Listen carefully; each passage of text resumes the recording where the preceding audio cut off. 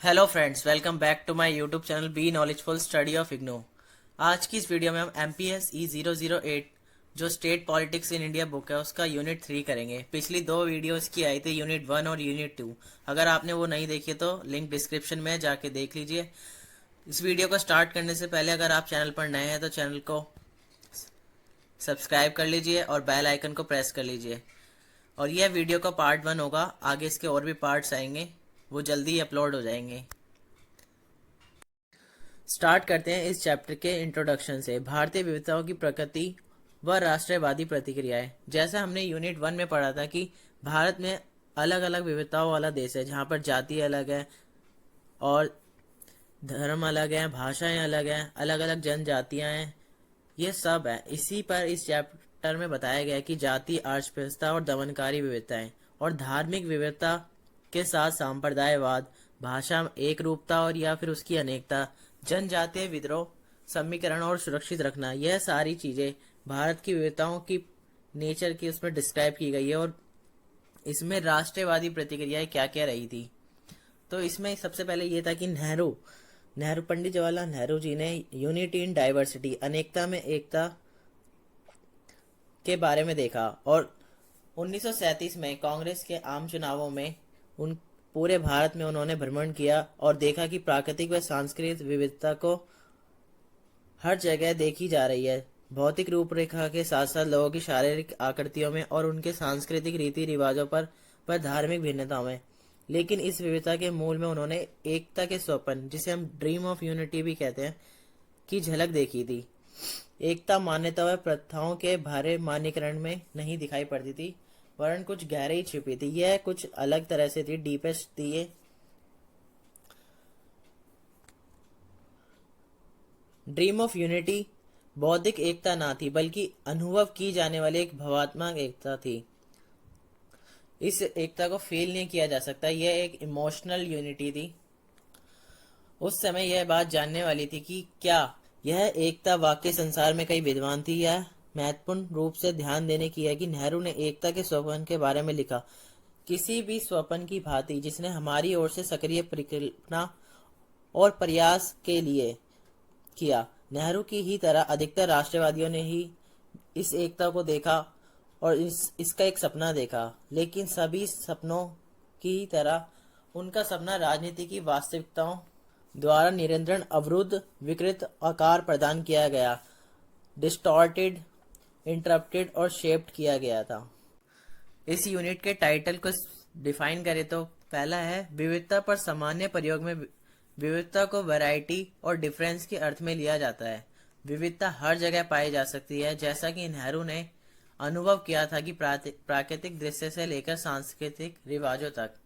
विविधता राजनीतिक रूप से महत्वपूर्ण नहीं होती जब तक कि वह किसी मान्यता पाने के लिए संघर्ष का आधार न बन जाए। चाहे हम जाति का प्रश्न ले ले या फिर धर्म का, भाषा का, जाति का या जनजाति का, हम यही मान पाएंगे कि राष्ट्रवादी नेतागण कुछ सक्रियवादी सुधारकों व सामाजिक आंदोलन द्वारा दी गई गंभीर चुनौतियों की सूरत में विविधता का प्रत्युत्तर देने के मजबूर थे।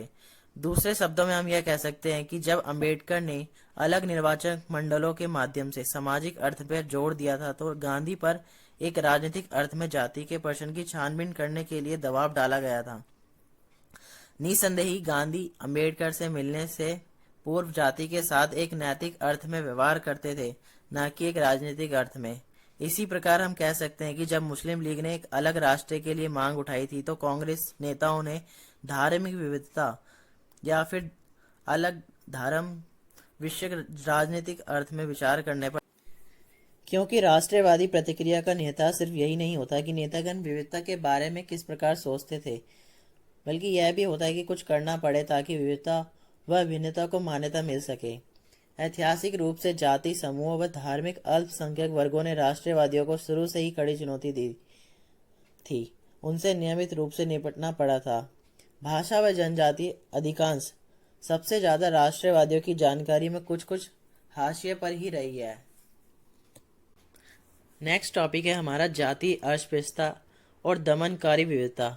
जाति पहचान चाहे एक चौ वर्ग व्यवस्था के रूप में अथवा बिरादरी के रूप में एक भारतीय विविधता की अभिव्यक्ति के रूप में आसानी से प्रचारित नहीं की जा सकी। जैसा हमने पता है कि 4 वर्ण व्यवस्था होती है, तो इसी तरह भारतीय विविधता की अभिव्यक्ति के रूप में ही आसानी से प्रचारित नहीं की जा सकी थी।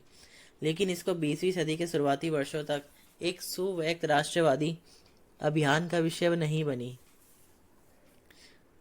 बीकू पारेख ने लिखा है कि इन्होंने एक राजनीतिक कारण बताए हैं, जैसा कि हमने टाइटल में पढ़ा था कि राजनीतिक प्रतिक्रियाएं। बीकू पारेख ने लिखा है कि क्योंकि भारतीय राष्ट्रवादी जन औपनिवेशिक सरकार से सामाजिक व राजनीतिक समानता की मांग करने लगे थे, इस प्रकार की समानता से हिंदू समाज के अंदर कुछ लोगों को वंचित रखा गया था। दूसरा राजनीतिक कारण यह था कि हिंदू नेतागण यह सोचने लगे थे कि आंतरिक विभाजनों, इंटरनल पार्टीशन व विच्छेद पर काबू पाना ही होगा ताकि उपनिवेशवाद के खिलाफ एक प्रभावशाली संघर्ष छिड़ सके। लाला लाजपत राय ने इस बात पर क्षोभ व्यक्त किया कि किस प्रकार अर्थव्यवस्था ने अनेक लोगों को धर्म परिवर्तन पर मजबूर किया था, जिससे मुसलमानों और ईसाइयों की संख्यात्मक संख्या या शक्ति बढ़ी। उन्होंने चेतावनी दी कि हिंदू जन अपने ही देश में अल्पसंख्यक हो जाएंगे यदि उन्होंने अपने घर को नहीं संवारा। इस प्रकार अर्थव्यवस्था धीमे परंतु निश्चित रूप से एक शर्मनाक विषय बन गई। हिंदू धर्म ज्ञान पर धब्बा जो धोया जाना था, इस विषय पर व्यापक सहमति के बाद या बावजूद कांग्रेस ने अर्थव्यवस्था अनटचेबिलिटी की निंदा में एक भी प्रस्तावना पारित नहीं किया। 1917 तक, खासकर 1917 तक मौखिक छुआछूत के कारण वैचारिक रूप से हिंदू राष्ट्रवादियों ने अर्थव्यवस्था अनटचेबिलिटी की आलोचना के लिए, उसके क्रिटिसिज्म के लिए अलग अलग बौद्धिक स्रोतों पर ध्यान खींचा। पहला था हिंदू धर्म ग्रंथों का सहारा लिया। इस प्रथा का कोई धार्मिक आधार नहीं होता है, लेकिन हिंदू अवतरणों को नहीं कहा जा सकता था कि वह इस प्रथा के असंदिग्ध रूप से विरोध में है। दूसरा यह था कि यूरोपीय उदारवादी स्रोतों के अनुसरण का मार्ग चुना और इस प्रथा को एक अमानवीय और अनुचित विरासत के रूप में देखा गया।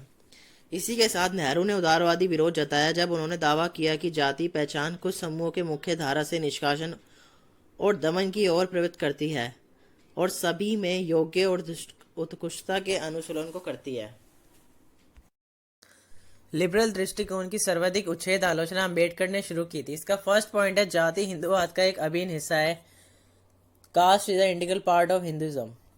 यह लोगों को जन्म के आधार पर श्रेष्ठ अथवा निकृष्ट के रूप में बांटने के विषय में कुछ भी युक्तिपरक अथवा नैतिक दृष्टि से सही नहीं है। अर्थव्यवस्था जाति प्रथा का एक अभिन्न हिस्सा है। Untouchability is a integral part of cast.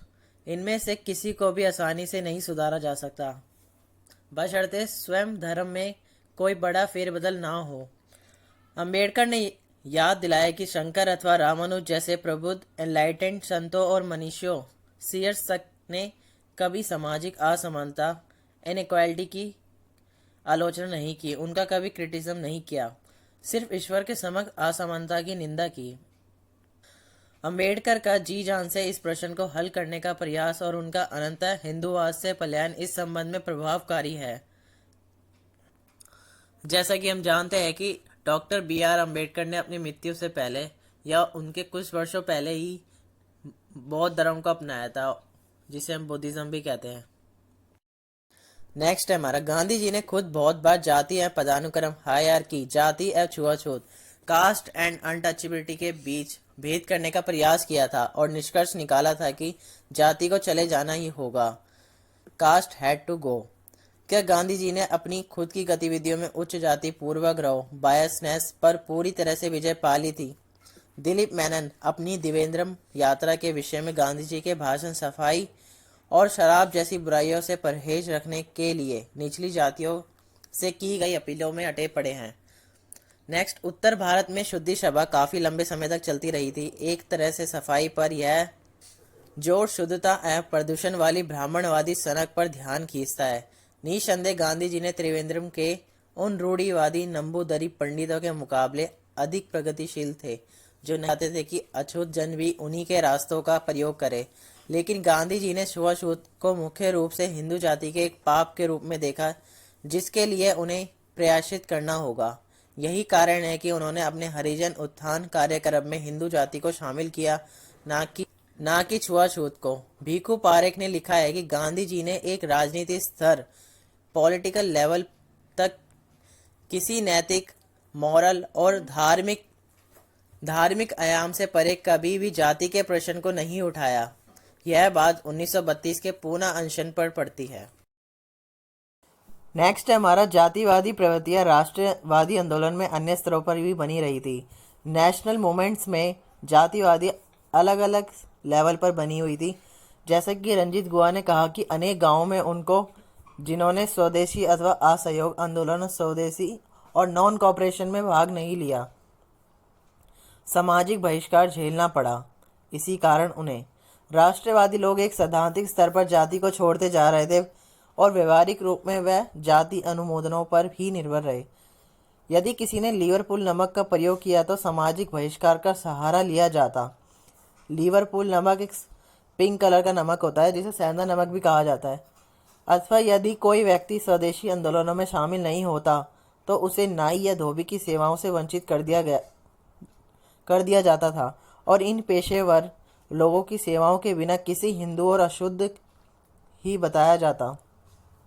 दूसरे शब्दों में, जबकि एक स्तर पर जाति को अस्वीकार किया जाता था तो दूसरे पर उसे मजबूत किया जा रहा था।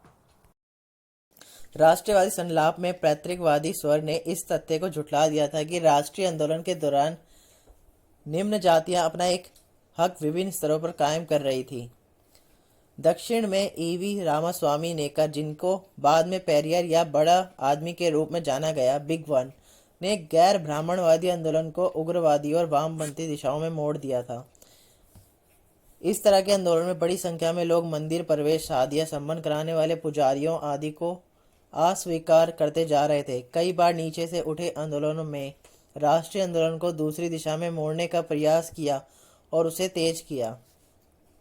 इन सब खामियों के बावजूद संवैधानिक समझौते में आशा की गई थी कि राजनीतिक प्रतिनिधित्व बढ़ाने के लिए रखे जाएं। विशेष प्रावधान माध्यम से अनुसूचित जाति व अन्य पिछड़े वर्ग सशक्त होंगे तथा उनके आर्थिक व रोजगार के अवसर बढ़ेंगे। अनुच्छेद 17 ने अस्पृश्यता, अनटचेबिलिटी का अबॉलिशन का निवारण किया, जबकि अनुच्छेद 15 व 19 कुछ जाति समूहों के लिए विशेष स्पेशल प्रोविज़न रखे जाने के लिए सुस्पष्ट है। संरक्षणों के कामकाज को देखने के लिए और संसद को रिपोर्ट देने के लिए एक राष्ट्रीय आयोग भी होगा। ये वीडियो का पार्ट वन है और इसका अगर आपको पीडीएफ चाहिए तो टेलीग्राम को ज्वाइन करिए, लिंक डिस्क्रिप्शन में है। और पार्ट 2 के लिए सब्सक्राइब करें चैनल को और वीडियो को लाइक करें। Stay tune for the second part. Thanks for watching. अगर वीडियो आपको अच्छी लगी तो वीडियो को लाइक करिए, शेयर करिए और इधर लेफ्ट साइड में सब्सक्राइब बटन आ रहा होगा, वहाँ पे चैनल को सब्सक्राइब करिए। राइट साइड में प्लेलिस्ट आ रही होगी,